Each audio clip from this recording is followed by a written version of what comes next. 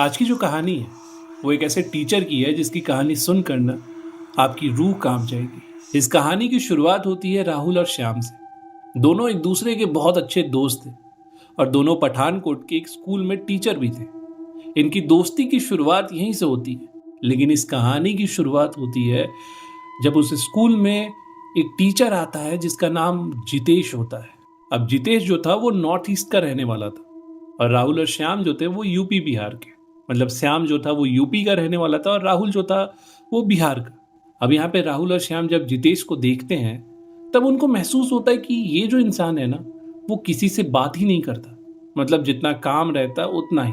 अगर कोई उससे पूछे कि आपका कोई क्लास है क्या, वो हाँ या ना बोलता। अगर कोई पूछता कि आपने लंच खाया क्या, तो वो हाँ या ना बोलता। तो उसका जवाब बस इतना ही रहता और कभी अपने से ना किसी से सवाल करता ना कुछ पूछता। धीरे धीरे क्या होता है कि जो दूसरे टीचर्स होते हैं वो जितेश से दूरी बना लेते। अब उनको लगता है कि भाई ये किसी से बात नहीं करता तो हम क्यों करें। लेकिन राहुल और श्याम जो होते हैं वो ऐसे नहीं होते। उनको लगता है कि भाई हो सकता है कि ये आसाम का रहने वाला, मतलब जो नॉर्थ ईस्ट है उसमें आसाम का रहने वाला था जितेश, तो हो सकता है कि यहाँ की लैंग्वेज वहाँ की लैंग्वेज में बहुत अंतर होता है। तो हो सकता है कि यहाँ की लैंग्वेज इसको फ्लुएंटली इतनी समझ में नहीं आती हो, जिसके चलते वो शर्माता हो और बातें ना करता हो। अब एक दिन क्या होता है कि राहुल और श्याम जो है वो स्टाफ रूम में बैठकर लंच कर रहे होते हैं। लंच टाइम का पीरियड होता है। तो वो दूर देखते हैं कि जितेश जो है एक पेड़ के नीचे जाकर बैठता है। अब ये देखकर वो सोचते हैं कि क्यों ना जितेश से आज बात की जाए। अगर हम खुलकर बात करेंगे तो हो सकता है कि जितेश हमें सारी बातें बताए या हमारे साथ कंफर्टेबल हो जाए। लेकिन जब वो गौर से देखते हैं तब उनको ऐसा एहसास होता है कि जितेश जो है वो कुछ बुदबुदा रहा था। अब बुदबुदाने का मतलब होता है कि अपने आप से बात करना, कुछ धीरे धीरे बोलना। अब राहुल और श्याम उसके करीब जब जाते हैं तब उनको ऐसा एहसास होता है कि वो अपने लैंग्वेज में कोई प्रेयर बोल रहा था। लेकिन राहुल और श्याम को लगता है कि भाई ये नॉर्मल है, नॉर्थ ईस्ट का रहने वाला है, वहाँ के कल्चर को फॉलो कर रहा होगा। हमारे यहाँ पे लोग कल्चर भूल जाते हैं, लेकिन वहाँ के लोग तो कल्चर से जुड़े होते हैं ना। तो वो इस बात पे गौर भी नहीं करते और उसको जाकर टोक देते हैं। जैसे वो जितेश को टोकते हैं, जितेश बड़े अजीब नजर से उनको देखता है, लेकिन उसके ठीक बाद ही उनको देखकर खुश हो जाता है और कहता है कि भाई तुम कितने अच्छे हो। अब ये देखकर राहुल और श्याम जो है वो चौंक जाते हैं कि इसमें अच्छा क्या। तभी जितेश बताता है कि भाई तुम लोग मेरे लिए आए हो ना। राहुल और श्याम चौंक जाते हैं। तो वो कहते हैं कि नहीं, हाँ यार, मतलब तुम अकेले अकेले रहते हो तो हमने सोचा कि हो सकता है तुम्हें अच्छा फील नहीं होता हो, इसलिए हम सोचे कि तुमसे बात करें। तो यहाँ पे जितेश कहता है कि हाँ, मैं यही तो चाह रहा था कि कोई मुझसे बात करे। मुझे मुझे थोड़ी शर्म आती है ना बात करने में। तो अब ये सुनकर राहुल और श्याम भी नॉर्मल हो जाते हैं कि हाँ देखो, यही प्रॉब्लम था ना कि उसको शर्म आता है, वो कंफर्टेबल फील नहीं कर रहा था। लेकिन उससे ज्यादा खुशी राहुल और श्याम को इस बात की थी कि देखो हमारी पर्सनालिटी कितनी अच्छी है कि कोई जो है वो पूरे स्कूल में किसी से बात नहीं कर रहा है, लेकिन हमने उसको भी टोका भी नहीं और वो हमारी तरफ आ गया बात करने के लिए। लेकिन जितेश जो था वो पल भर में राहुल और श्याम से इतना चिपक गया कि मानो उनको सदियों से जानता हो और मानो कि उन्हीं के इंतजार में बैठा हो। अब ये जितेश से बहुत घुल मिलकर बातें करते हैं और जैसी दोस्ती राहुल और श्याम की थी वैसी ही अब जितेश के साथ भी इन दोनों की बन जाती है। अब ये कहते हैं जितेश को कि भाई तुम कहाँ रहते हो। तो जितेश बताता है कि भाई मैं बगल में ही एक क्वार्टर लेकर रहता हूँ। तो राहुल और श्याम कहते हैं कि भाई ऐसा क्यों, हमारे बिल्डिंग में आ जाओ, बहुत सारे रूम खाली हो और आ जाओगे तो भाई अपन मौज करेंगे। और अगर तुम ड्रिंक करते हो तो यहाँ पे जितेश कहता है कि भाई मैं ड्रिंक करता हूँ और मैं भी शिफ्ट हो जाऊंगा बहुत जल्दी, मतलब 2-4 दिन के अंदर ही शिफ्ट हो जाऊंगा। अब ये सुनकर राहुल और श्याम भी बड़े खुश हो जाते हैं क्योंकि उनकी भी फैमिली यहाँ रहती तो नहीं थी। तो वो भी भाई दोनों मिलकर इंजॉय करते थे। अब उनको लग रहा था कि उनका जो तीसरा दोस्त है वो भी मिल चुका है। अब यहाँ पे तीनों की जिंदगी बहुत ही मस्त हो जाती है। हमेशा एक दूसरे के साथ रहना, साथ में स्कूल जाना, वहां से साथ में आना, घूमने जाना और रात में एंजॉय करना। लेकिन एक चेंज जो इनके अंदर आ रहा था वो ये था कि जितेश जो है वो 90% ऑफ टाइम जो होता है ना वो अपने गांव के बारे में बात करता। जहां पे वो आसाम में रहता है। और इस गांव का क्या नाम है ये तो इस कहानी में नहीं पता है, लेकिन वो हमेशा उस गांव के बारे में बात करता है। और राहुल और श्याम जो है, पता नहीं क्यों उस गांव का नाम जब भी सुनते, उसके कल्चर के बारे में या वहां के रहन सहन के बारे में, वो एक अलग ही दुनिया में पहुंच जाते हैं। अब क्या होता है कि इनके स्कूल में ना समर वेकेशन आता है, तो इनको भी छुट्टियां मिलती हैं। तो आप सोचो कि अगर किसी टीचर को, जो कि बहुत दूर अपने गांव से रह रहा होता है, अगर उसको स्कूल में या कहीं पे भी छुट्टी मिलेगी, वो क्या करेगा? वो सबसे पहले अपने घर जाएगा, अपने परिवार से मिलेगा। लेकिन राहुल और श्याम जो है, वो जितेश के पास जाते हैं और कहते हैं कि अगर तुम बुरा ना मानो तो हम इस समर वेकेशन में तुम्हारे गांव चले घूमने के लिए। अब ये सुनकर जितेश अजीब सी स्माइल लेके कहता है कि भाई, मैं तो सोच ही रहा था ये बात बोलने के लिए, और तुमने बोल दिया तो अब तो चलो ही। अब यहाँ पे राहुल और श्याम तो बड़े खुश हो जाते हैं। अब अगले दिन क्या होता है कि जितेश जो है वो बोलता है कि भाई इतने बजे ना बस स्टैंड पे मिलते हैं। अब यहाँ पे राहुल और श्याम पूछते कि इतने बजे मतलब तुम हमारे साथ ही तो रहते हो, तो साथ में चलेंगे ना? तो यहाँ पे जितेश कहता है कि साथ में नहीं भाई, वो ना मुझे एक काम है, तो तुम दोनों चलना बस स्टैंड पे, मैं वहीं पे मिलूंगा। अब ये राहुल और श्याम सोचते हैं कि हो सकता है कि यहाँ की कुछ चीजें वो खरीदना चाहता हो, या कुछ मतलब कुछ काम होगा उसको जो वो अपने गांव वालों को दिखाना चाहता हो या अपने घर वालों के लिए ले जाना चाहता हो, तो इसीलिए उसको लेट हो जाएगा। तो अगला दिन होता है। अब यहाँ पे राहुल और श्याम जो होते हैं वो तैयार होके बस स्टैंड पे चले जाते हैं, और जितेश का जो कमरा होता है उस पर ताला लगा होता है। तो उनको लगता है कि हो सकता है वो निकल गया हो पहले ही। जब वो थोड़ी देर बाद इंतजार करते हैं बस स्टैंड पे, तो वहां पे जितेश आता है। जितेश उनसे कहता है कि भाई, वो कुछ सामान था वो मुझे लेना था, अब ले लिया, चलो बस में बैठते हैं। अब जैसे वो बस में जाते हैं तो राहुल और श्याम एक सीट पे बैठ जाते हैं, मतलब तो दो दो करके बस में सीट होता है, तो उस पे एक पे राहुल और एक पे श्याम बैठ जाते हैं। और जो जितेश होता है वो आगे वाली सीट पे बैठ जाता है अकेले, लेकिन उसके बगल में कोई नहीं बैठा होता है। अब ये देखकर राहुल और श्याम सोचते हैं कि चलो ठीक है, लेकिन पूरे रास्ते जो चीज होता है उसको देखकर राहुल और श्याम जो है वो शॉक हो जाते हैं। वो देखते हैं कि जितेश जो है वो कंटिन्यूअस एक प्रेयर बुदबुदा रहा था, और वो वही प्रेयर था जो उन्होंने वो पेड़ के नीचे सुना था। पूरे रास्ते क्या होता है कि जितेश जो है वो इनसे कोई बात नहीं करता। राहुल और श्याम कोशिश भी करते तो वो कोई रिप्लाई नहीं करता। अब ये देखकर ये शॉक भी हो गए, और एक दूसरे से बोल रहे हैं कि यार, हमने कहीं गलती तो नहीं कर दी इस पे विश्वास करके? मतलब ये अजीब सा व्यवहार कर रहा है। एक तो हम इसके गांव में जा रहे हैं, वो सारा जगह जो है वो हमारे लिए नया है, और ये हमसे बात भी नहीं कर रहा। अब ये देखकर राहुल और श्याम शॉक तो हो गए थे, लेकिन अब उनके पास कोई उपाय नहीं था वहां पे जाने के अलावा। जैसे वो 3 से 4 दिन का सफर करके आसाम के उस गांव में उतरते हैं, जितेश एकदम नॉर्मल हो जाता है। वो कहता है कि देखो भाई, यही है मेरा गांव, और जिसका इंतजार तुम कर रहे थे वो यही है। और यहां आने के बाद सच बताता हूं, तुम्हारी जिंदगी जो है वो बहुत बहुत बदल जाएगी। अब ये बड़ी नॉर्मल सी बात थी, जो राहुल और श्याम को लगा कि भाई, ये देखो हमारे से ज्यादा एक्साइटेड है हमें अपना शहर, अपना गांव घुमाने के लिए। तो ये देखकर वो दोनों भी बहुत खुश हो जाते हैं और पहुंचते हैं जितेश के घर पे। अब जितेश का जो घर होता है उसके अंदर ना 2 कमरे होते हैं। एक कमरा जो होता है जिसमें राहुल और श्याम रुकते हैं, और जो दूसरा कमरा होता है उसमें जितेश की दादी सोई होती है। अब ये देखकर राहुल और श्याम शॉक हो जाते हैं कि यार, तुम्हारी दादी इतनी बूढ़ी है तो तुम उनको अपने पास क्यों नहीं रखते, और तुम्हारे मम्मी पापा कहाँ हैं? तो यहाँ पे जितेश कहता है कि मेरे मम्मी पापा इस दुनिया में नहीं है, मैं अकेले रहता हूँ, और मेरी इकलौती बस दादी ही बची इस दुनिया में। लेकिन उनको शहर नहीं पसंद, उनको अपना गांव बहुत पसंद है, और यहाँ पे उनका ख्याल रखने वाला कोई है। अब कोई है सुनकर राहुल और श्याम को लगता है कि हो सकता है कोई लड़की हो, है ना? तो यहाँ पे वो जितेश को बोलते हैं, वो कौन है भाई, थोड़ा बताओ तो वो कहता है कि भाई, शाम को आएगी, मिलवा देंगे ना। अब राहुल और श्याम उस कौन से मिलने के लिए बड़ा खुश होते हैं। लेकिन जैसे रात होता है वैसे एक लड़का उनके घर पहुंचता है जिसका नाम था रंजन। अब यहाँ पे वो दोनों जब उससे मिलते हैं तो रंजन कहता है कि भाई, तुम दोनों को देखकर बड़ी खुशी हुई। अब राहुल और श्याम चौंक जाते हैं कि ये हमें कैसे जानता है।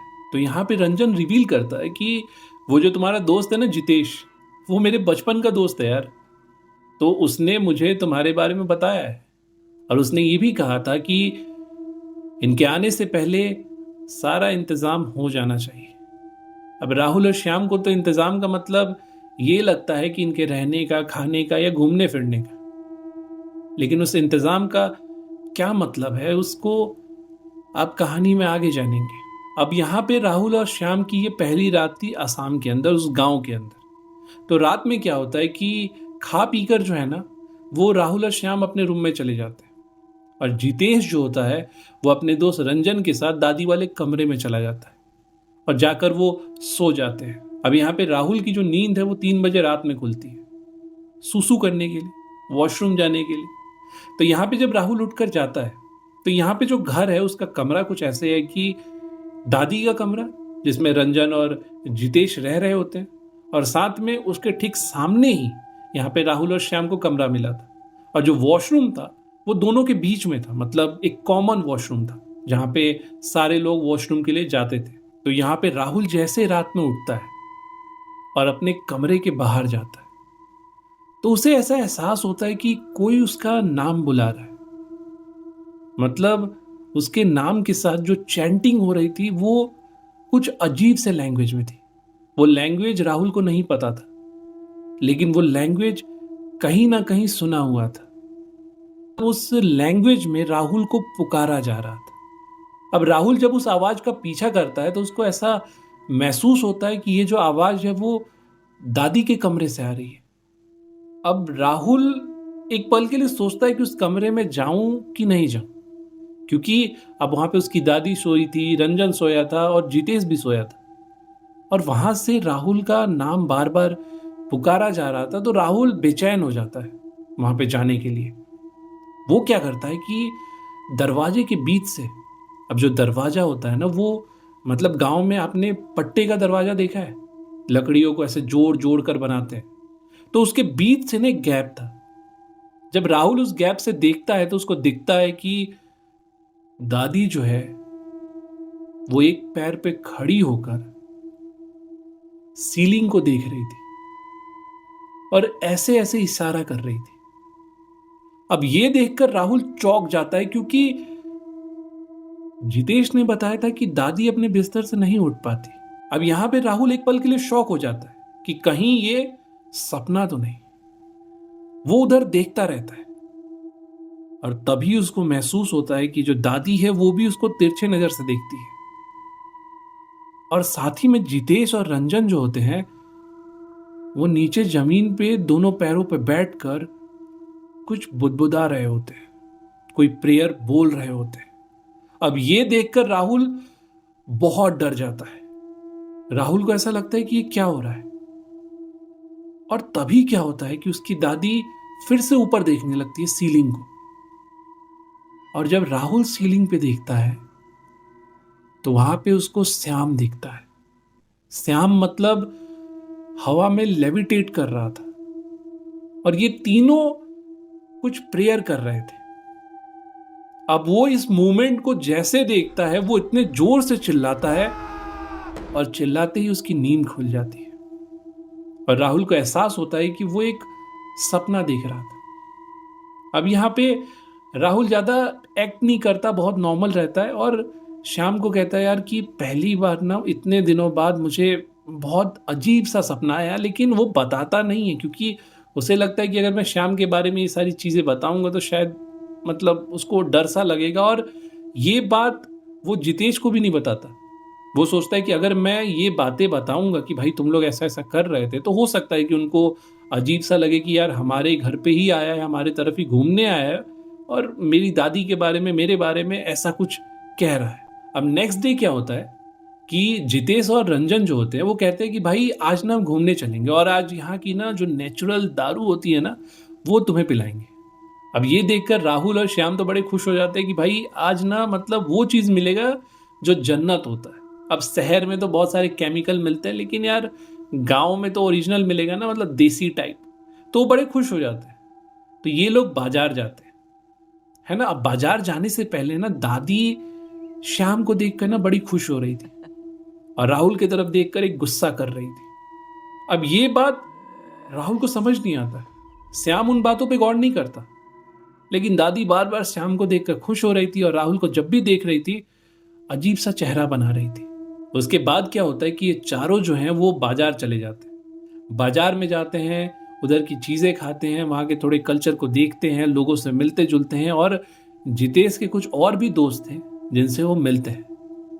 लेकिन जो वो दूसरे दोस्त थे वो भी श्याम और राम को देखकर अजीब सा चेहरा बनाते हैं, ऐसा मानो कि जैसे इनको देखकर अजीब सी खुशी इनको मिल रही है। राहुल और श्याम सोचते हैं कि यहाँ के लोग कितने अच्छे हैं यार, हमसे बहुत जल्दी घुल मिल जा रहे हैं, हमसे बातें कर रहे हैं, हमसे मतलब कितने अच्छे से हमें ट्रीट कर रहे हैं। और उसके बाद क्या होता है कि जितेश कहता है कि यार मुझे ना एक चिकन लेना है। अब यहाँ पे राहुल और श्याम सोचते हैं कि भाई चिकन, क्योंकि उस दिन ना मंडे था और राहुल और श्याम जो है वो मंडे को चिकन नहीं खाते थे क्योंकि शंकर भगवान का पूजा करते थे। मतलब श्याम इन बातों पे ज्यादा नहीं मानता था, लेकिन राहुल जो है वो कट्टर था। मतलब उसे पूजा, मतलब जिस दिन वो चिकन नहीं खाता, नॉनवेज नहीं खाता, उस दिन नहीं खाता, चाहे कुछ भी हो जाए। तो यहाँ पे वो कहता है जितेश को कि भाई नॉनवेज लेने की जरूरत नहीं है, हम नहीं खाएंगे, वैसे भी मंडे है ना, तो हम मंडे को नॉनवेज नहीं खाते। तो यहाँ पे जितेश कहता है कि ये जो चिकन है ये तुम्हारे लिए नहीं है, ये तो दादी के लिए है। और निशांत को कहता है कि यार वो हल्दी ले लेना। अब यहाँ पे कोई भी अगर ये सुनेगा कि हल्दी क्यों लेना है तो भाई बहुत नॉर्मल सी बात है, हल्दी किस चीज में यूज होता है? खाना बनाने में।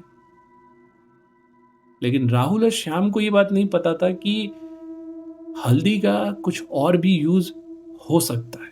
तो यहाँ पे राहुल श्याम को कहता है कि भाई ये कैसे लोग हैं यार, मतलब कितने बुरे तरीके से कह रहा था कि यार मतलब दादी के लिए चिकन ले रहा हूं, मतलब झूठी कह देता कि हाँ तुम लोग के लिए ले रहा था, भाई खा लेना, आज नहीं अगले दिन खा लेना। लेकिन देखो कहता है कि दादी के लिए ले जा रहा हूं। तो श्याम कहता है यार छोड़ना, उसके घर आए हुए हैं, अब कितनी कमी निकालेंगे। तो राहुल भी सोचता है कि हाँ भाई छोड़ना, जैसा भी है दोस्ती तो है। अब जब ये घर पहुंचते हैं, इनकी दादी जो रहती है वो बाहर चेयर पे बैठी होती है। अब ये देखकर राहुल चौंक जाता है कि जब दादी उठ नहीं पा रही तो वो अपने से चेयर पे कैसे बैठी है। तो ये बात जितेश से पूछता है। तो जितेश कहता है कि वो दो चार लोग हैं यार, हमें गांव में ना जानते हैं, तो दादी ने किसी को कहा होगा और उन्होंने ही इनको चेयर पे बैठा दिया होगा। अब फिर से यहाँ पे गौर करने वाली ये बात है कि श्याम को देखकर दादी बड़ी खुश हो रही थी और राम को जब भी देख रही थी बहुत गुस्सा कर रही थी। अब रात में क्या होता है कि ये लोग दारू पीते हैं, एंजॉय करते हैं, लेकिन जब सोने जाते हैं तो जितेश और रंजन कहते हैं कि हम ना थोड़ी देर और पिएंगे, तुम दोनों जाओ। और इन दोनों से कंट्रोल सच में नहीं हो रहा था, वो दारू इनको इतनी चढ़ गई थी कि अब इनसे बर्दाश्त नहीं हो रहा था। तो ये दोनों चले जाते हैं सोने के लिए। जब ये सोने के लिए जाते हैं तो इनको पता ही नहीं चलता कि ये बिस्तर पे लेटे और सो गए। और रात में फिर से 3 बजे राहुल की नींद टूटती है और राहुल अजीब सी एक आवाज सुनते हुए बाहर आता है। जैसे वो बाहर आता है उसको वॉशरूम जाना होता है, अचानक से उसको वॉशरूम लग जाता है। अब वो वॉशरूम की तरफ जाता है, तभी वो देखता है कि वो जो चिकन था, मतलब वो जो मुर्गा था, वो एक पिंजरे में बंद था और उस पिंजरे के पास दादी बैठी हुई थी। और दादी ने उस पिंजरे में हाथ लगाया, उस मुर्गे को बाहर निकाला और उसको नोच नोच कर खाने लगी। और जैसे ही वो राहुल की तरफ देखती है उनके मुंह से खून टपक रहा था और राहुल ये देखकर बहुत जोर से चिल्लाता है, लेकिन वो जो चीख थी वो किसी को सुनाई नहीं देती। राहुल पीछे मुड़कर भागने की कोशिश करता है, तभी कॉरिडोर में, मतलब उस एकदम आखिरी में, दादी को देखता है। दादी के जो बाल थे वो लहरा रहे थे, उजले उजले बाल जो हवा में ऐसे लहराते हैं ना वैसे। और दादी प्रॉपर साड़ी में थी और हवा में उड़ रही थी, मतलब जमीन से इतने ऊंचे में थी। और जैसे ही जैसे ही राहुल अपने कमरे की तरफ भागने की कोशिश करता है, दादी 2 पैरों पे और 2 हाथों पे बैठकर मेंढक की तरह कूदते हुए राहुल की तरफ बढ़ती है। अब ये देखते ही राहुल गिर जाता है और जैसे गिरता है उसके सामने 2 पैर आते हैं। और जैसे वो पैर को देखता है, ऊपर देखता है, तो उसे पता चलता है कि ये तो जितेश है। वो उठकर बोलता है कि भाई वो तेरी दादी। जितेश कहता है, दादी? हाँ यार, उनको अभी मैंने देखा कि वो मुर्गे को कच्चा खा रही थी। जितेश कहता है कि हाँ, वो खाती हैं। अब ये सुनकर राहुल चौंक जाता है कि खाती हैं? तो वो कहता है कि हाँ भाई, खाना पड़ता है, मतलब खुद को जिंदा रखने के लिए। अब राहुल शॉक हो चुका था कि ये क्या बोल रहा है। वो दौड़ते हुए कमरे में जाता है और श्याम को जगाता है, और जितेश जो है वो वहीं पे मंडरा रहा है बाहर ही। अब जैसे राहुल कमरे में जाता है श्याम को जगाने के लिए, वो देखता है कि श्याम एक बिस्तर पे, मतलब जिस बिस्तर पे ये सोते थे उस बिस्तर पे सोया हुआ है। उसके बगल में रंजन ऐसे पंखा हिला रहा है। वो जो हाथ वाला पंखा होता है ना, वो वाला पंखा हिला रहा है। अब ये देखकर रंजन से वो पूछता है कि भाई इसको क्या हो गया, ऐसे क्यों कर रहा है? तो यहां पे रंजन कहता है कि इसको मैं तैयार कर रहा हूं। और जैसे ही वो कहता है कि मैं उसको तैयार कर रहा हूं, श्याम राहुल को जोर जोर से जगाता है, कहता है भाई क्या हो गया? अब यहां पे राहुल की नींद टूटती है और उसको पता चलता है कि ये एक सपना था। वो श्याम को सब कुछ बताता है कि भाई ऐसा ऐसा हो रहा था, भाई मुझे यहाँ नहीं रहना, चलते हैं ना, मतलब अगले दिन ना हम निकल जाएंगे। श्याम कहता है कि भाई क्या हुआ, तू अजीब सा कुछ बोल रहा था और वो भी अपने लैंग्वेज में नहीं। तो मुझे लगा पता नहीं क्या, मैं डर गया, मैंने तुमको जगा दिया। तो यहाँ पे राहुल सोचता है कि हो सकता है यार बुरा सपना हो, लेकिन बहुत बुरा था। तो श्याम को कहता है कि भाई एक दिन और रुकेंगे, उसके बाद हम चल जाएंगे। तो श्याम कहता है कि हाँ भाई निकल जाएंगे, कोई दिक्कत नहीं है। तभी क्या होता है कि राहुल और श्याम दोनों को वो प्रेयर सुनाई देता है, वो चैंटिंग जो उन्होंने जितेश के मुंह से सुना था और राहुल ने भी पहले दिन सुना था। अब वो जब बाहर जाते हैं तो वो देखते हैं कि बाहर, घर के बाहर एक चौकी लगी होती है। चौकी मतलब पलंग होता है ना, उस पे तीनों बैठकर, तीनों मतलब दादी, जितेश और रंजन, वो कुछ प्रेयर कर रहे थे। और वो जो मुर्गा था वो बीच में रखा हुआ था, और वहीं पे एक बारहसिंगा आपने देखा है, जिसके 12 सिंग होते हैं, उसका सिंग रखा हुआ था। और दादी जो है एक खंजर को नोकीला कर रही थी पत्थर पे रगड़ रगड़ के। अब ये देखकर राहुल और श्याम डर जाते हैं कि भाई ये क्या कर रहे हैं, वो भी रात के 3-4 बजे, मतलब 3:30 हो रहा होगा उस टाइम। तो राहुल कहता है कि भाई मैंने ये चीज पहले भी देखा है, लेकिन अंदर देखा था, ये बहुत अजीब से लोग हैं, हम यहां नहीं रह सकते। श्याम कहता है कि भाई अभी कहां जाएंगे? वो दोनों क्या करते हैं कि पीछे मुड़ते हैं, मतलब पीछे मुड़ने की कोशिश करते हैं और सोचते हैं कि भाग जाए। तभी क्या होता है कि राहुल अपनी जगह पे जम जाता है, ऐसा मानो कि वो कोशिश करता है लेकिन आगे नहीं बढ़ पाता। और यहां पे जितेश और रंजन आते हैं, श्याम को पकड़ते हैं और उस चौकी पे लिटा देते हैं।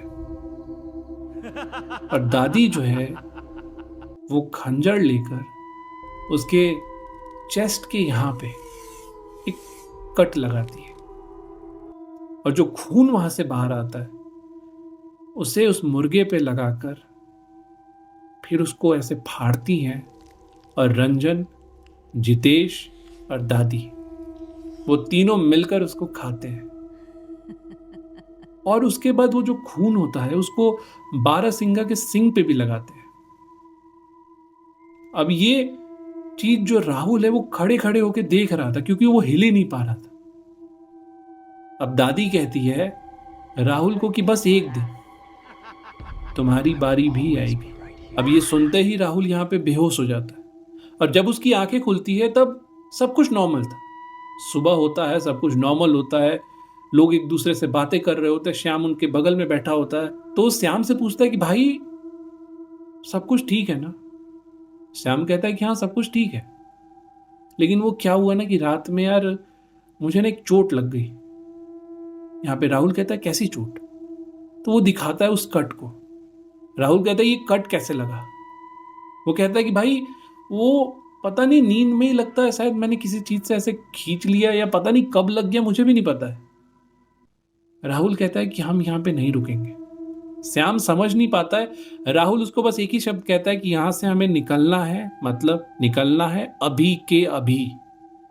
श्याम ये सुनते उससे सवाल नहीं कर पाता। राहुल अपने कपड़ों को जल्दी जल्दी पैक करता, अपने सामान को रखता और निकलने लगता। और ये देखकर जितेश जो है वो आकर कहता है कि क्या हो गया? राहुल कहता है कुछ नहीं भाई, वो मेरी मम्मी की तबीयत खराब है तो हमें निकलना पड़ेगा। जितेश कहता है बस एक दिन की बात है दोस्त, एक दिन की, एक दिन रुक जाओ।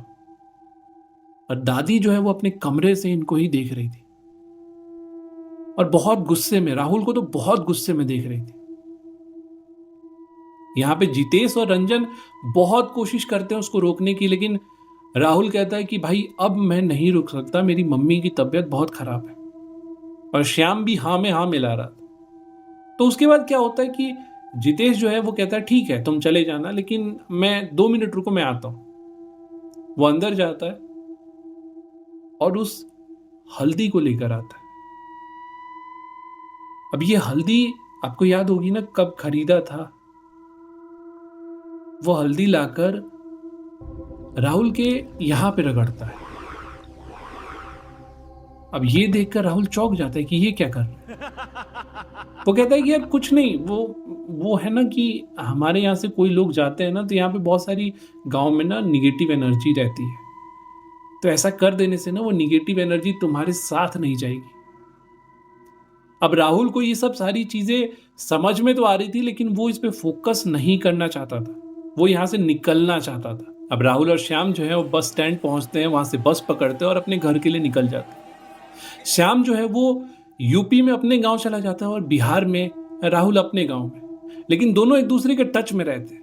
और राहुल हमेशा श्याम से पूछता कि भाई तू ठीक है ना? और श्याम हमेशा कहता कि हाँ भाई बढ़िया हूं, लेकिन वो जो घाव है ना वो ठीक नहीं हो रहा और मेरी तबीयत भी थोड़ी थोड़ी खराब रहती है। लेकिन राहुल कहता कि भाई डॉक्टर से दिखा। श्याम कहता कि मैं दिखाता हूं लेकिन दवाई काम ही नहीं कर रहा। अब डेली इन दोनों में बातें होती, लेकिन ये जब भी जितेश को कॉल करते तो उसका कॉल नहीं लगता और ना ही वो कॉल करता। अब ये देखकर इनको थोड़ा अजीब लगता, लेकिन फिर भी सब कुछ ठीक था। अब उसके बीच में क्या होता है कि 1 हफ्ते तक राहुल जो है वो किसी काम में बिजी हो जाता है, लेकिन श्याम उधर से कोई कॉल नहीं करता। तो राहुल जब फ्री होता है तो वो श्याम को कॉल करता है और पूछने की कोशिश करता है कि भाई तू कहाँ है, कॉल क्यों नहीं कर रहा? लेकिन जैसे ही राहुल कॉल करता है उधर से एक लड़की कॉल उठाती है और कहती है कि हेलो कौन? राहुल कहता है कि मैं श्याम का दोस्त बोल रहा हूं, श्याम ने बहुत दिन से कॉल नहीं किया तो मैंने सोचा यार कहाँ बिजी हो गया। तो यहां पे उसकी बहन कहती है कि भैया श्याम भैया को मरे हुए 5 दिन हो गए। अब ये सुनते ही राहुल के पैरों के नीचे की जो जमीन होती है ना वो हिल जाती है और राहुल टूट जाता है। वो समझ नहीं पाता कि अचानक से क्या हो गया। उसने पूछा हुआ क्या? उसकी बहन कहती है कि पता नहीं भैया, वो उनके चेस्ट पे एक घाव हो गया था जो ठीक होने का नाम ही नहीं ले रहा था। हर दिन वहां से खून निकलता रहता, डॉक्टर कोशिश करता लेकिन वो ठीक ही नहीं हो रहा था। और डॉक्टर ने कहा कि ज्यादा खून बह जाने के चलते ही उनकी उनकी मौत हो गई। अब गर्मी छुट्टी बीतने के बाद राहुल जो है वो स्कूल जाता है और सोचता है कि यहां तो जितेश से मुलाकात होगी ना, उससे मैं सारी चीजें पूछूंगा कि वो फोन क्यों नहीं उठा रहा था और उसके गांव में ऐसा ऐसा क्या था भाई, और उसको श्याम के बारे में भी बताऊंगा। जैसे ही राहुल स्कूल पहुंचता है देखता है कि श्याम नहीं होता है। वो प्रिंसिपल ऑफिस में पता करने जाता है, तब पता चलता है कि श्याम स्कूल छोड़ चुका है। अब ये देखकर राहुल के मन में जो कंफ्यूजन था वो पूरे तरीके से सही साबित हो गया। राहुल अपने पंडित से, मतलब जो उसके घर के पंडित होते हैं, उनको सारी बातें बताता। तब वो पंडित कहता है कि तुम बच गए। वो काला जादू था जिसके चलते तुम्हारे दोस्त की मौत हुई है और तुम भी उसके शिकार होने वाले थे, लेकिन तुम बच गए।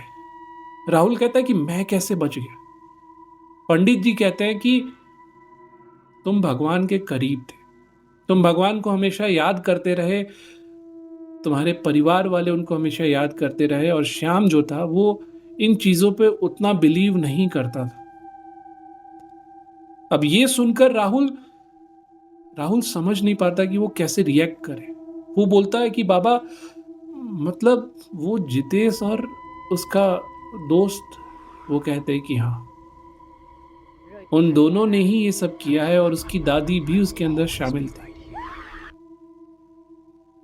आज भी जब राहुल इन चीजों को याद करता है या किसी नॉर्थ ईस्ट के लड़के को देखता है या किसी बूढ़ी औरत को देखता है, तो उसके अंदर का जो डर होता है वो बाहर फट कर निकलता है। वो अपने आप को काबू कंट्रोल नहीं कर पाता। उसके साथ जो हुआ, उसने जो खोया, वो आसान नहीं है बार बार याद करना। और इसी के साथ ये कहानी यहां पे खत्म होती है। और इस कहानी से हमें जो सीखने को मिलता है, जैसा हम हमेशा कहानी में डिस्कस करते हैं, कि आपको चाहे कुछ भी हो जाए, भगवान के हमेशा करीब रहना है, चाहे कुछ भी हो जाए। और जरूरी नहीं कि जो इंसान आपको बहुत भोला भाला सीधा साधा लगे वो हमेशा वैसा ही हो। और आपके मन में कभी भी कोई कंफ्यूजन आए, आपको लगे किसी चीज पे डाउट करो, खुद के लिए करो, अपने आप को बचाने के लिए करो, अपने आप को सुरक्षित रखने के लिए करो। तो ऐसी ही अनोखी सी कहानी सुनने के लिए इस चैनल को सब्सक्राइब कर ले। और आपके पास भी कोई कहानी है तो डिस्क्रिप्शन बॉक्स में मेल मिल जाएगा, उस पर आप मुझे कहानी सेंड कर सकते हो। तब तक अपना ख्याल रखें।